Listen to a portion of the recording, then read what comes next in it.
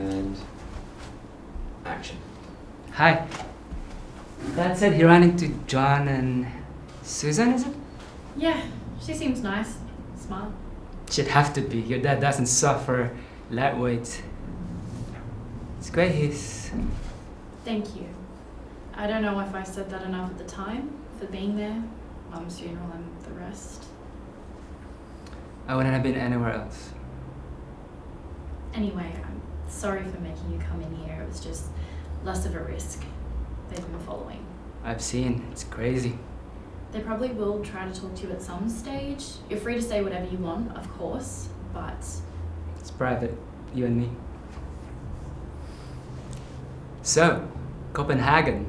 I read you're moving. I don't know. It's big, scary. Makes you happy? No.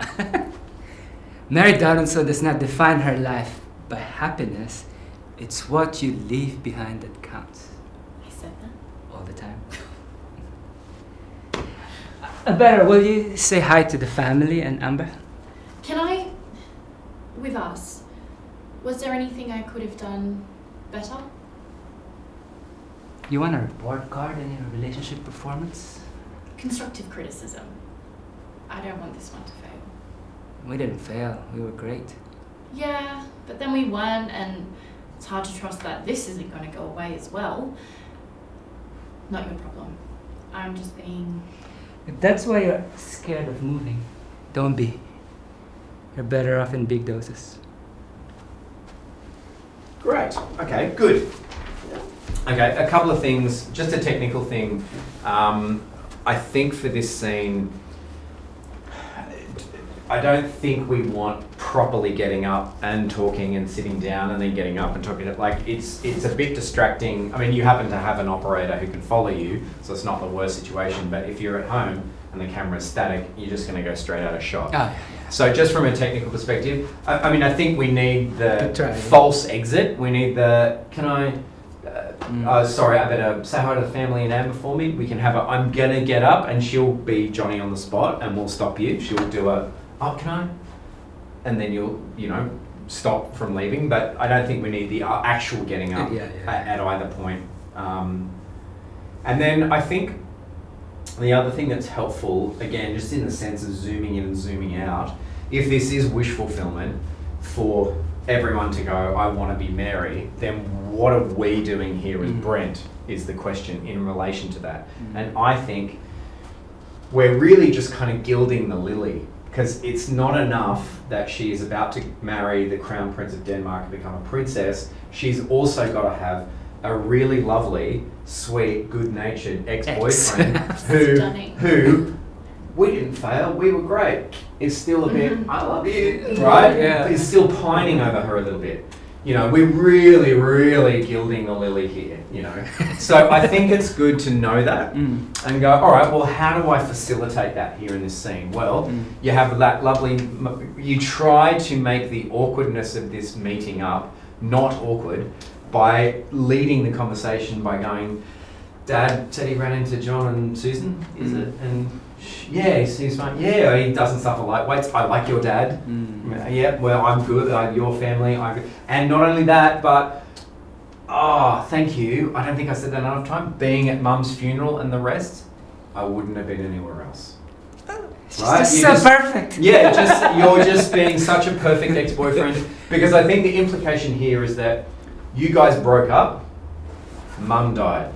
You went, dude, it's cool, I'm here. I'm just going to hang out. I'm going to make sandwiches at the wake. I'm going to pour people's drinks. I'm just going to be a cool dude. Don't worry, I'm your mate. You just feel shit, okay? And that was a lovely thing to do. So she's like, thank you. And you go, I wouldn't have been anywhere else. Lovely. She goes, thanks for coming here. It's just less of a risk. You go, yeah, I know. It's fucking crazy. Like, you sympathize, empathize. Right? That's good trait. Great. She says, you're free to say whatever you want. You go, private, you and me. Don't worry, I've got you, boo. Right? So you're just reassuring her all the way through there. I'm lovely. I loved your family. I was there for your mum. I'm here for you now. All good. And then you take over the conversation and go, all right, stop handling me. Copenhagen. I read your movie. Fuck, that's huge, dude. That's massive.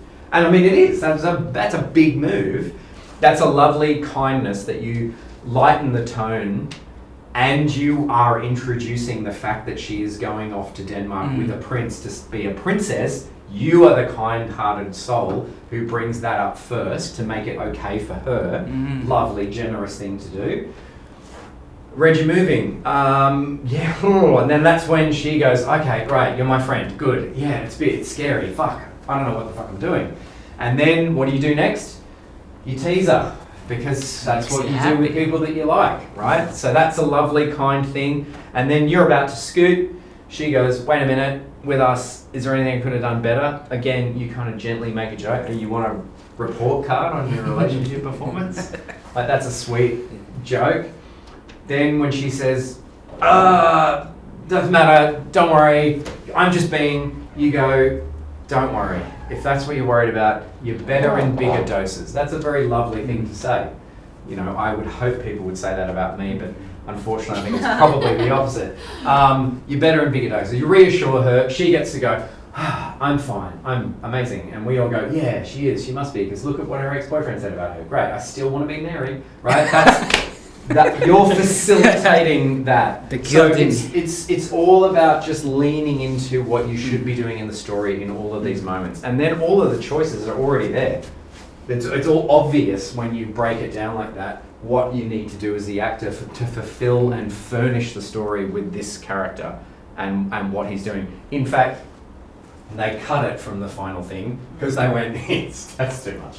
That is what we really. That is too much. That's too much icing on the cake. Exactly. Yeah, we don't quite need her ex to be that lovely. I don't know if anyone's going to believe that. It's really awkward, and also a bit of a cunty thing to do. Hey, ex-boyfriend, can you come and like stroke my ego? Thanks. I'm going off to Denmark now. Yeah. Thanks for coming. Yeah, thanks for coming. Thanks for the 5-year relationship. Bye. So yeah, but all that to say, just lean into all of those things, you know, and be listening and be present for her. And that should mean that you jump on the cues a little bit. You've got a couple of moments in that first third where you are jumping on what she's saying. You know, there've been, thanks for coming here. It's just, I've seen, it's crazy. It's private, you and me. Just let it, reassuring her. Yeah, so let's just keep that as an overall note. Just leaning into everything.